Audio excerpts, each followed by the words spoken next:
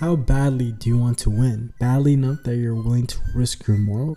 Do you hate losing enough to kick someone in the nuts, yell at teammates, or punch a light skin? I was watching a podcast recently where Andre Iguodala asked the question. Differentiate a sore loser versus a guy who hates to lose. The difference may not be as big as you might think.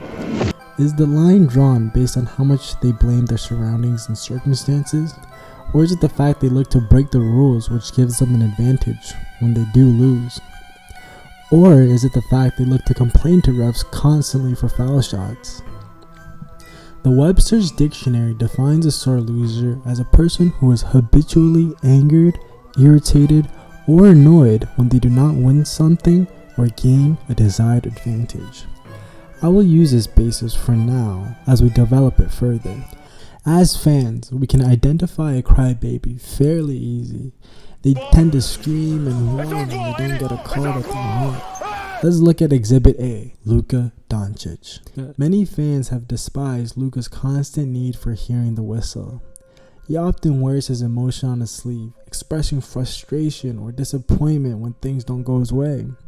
However, this should not be mistaken for being a sore loser.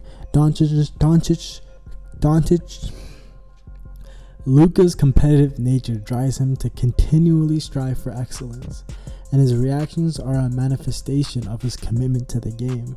I gotta stop this. I know it's not right, but I think more than whining is just wanting to win. But let's look at the reverse side.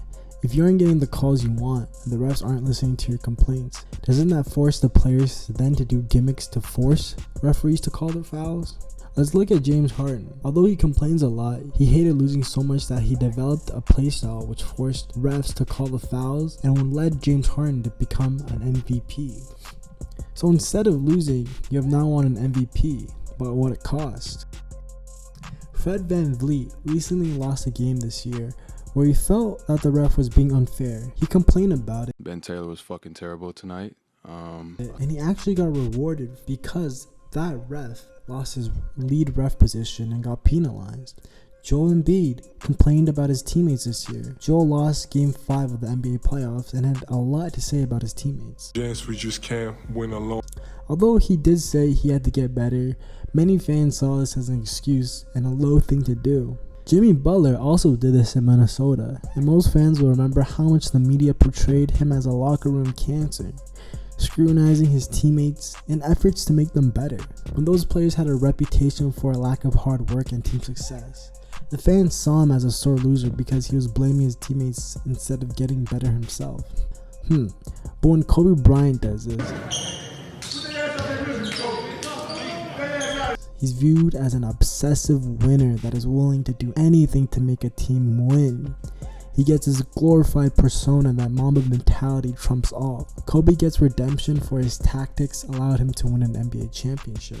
Let's say you aren't Kobe Bryant, but you're tired of your team putting up weak-ass playoff performances and your owners aren't doing a damn thing about it.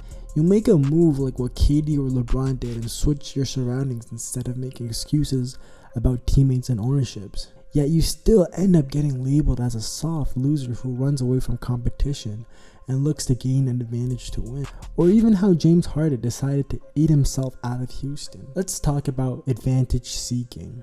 I personally feel that sore losers evolve into cheaters because someone unhappy with the results look to bend the rules into advantage for them. Chris Paul is a player that is most synonymous with this definition.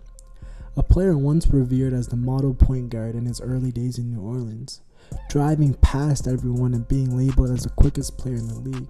But once he lost some of his athleticism, he started resorting to little gimmicks that involved pulling an arm, elbowing the face, and even pulling someone's knee.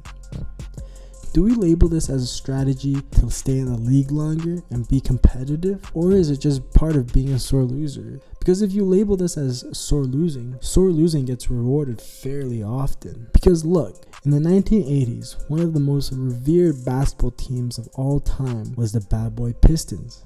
They couldn't beat Jordan, so they had to beat up Jordan with elbows to the face, kick him in the groin, literally beat him down every time he got to the basket. And they're looked upon as this tough group who won a championship because they weren't scared of everyone. Was this strategy?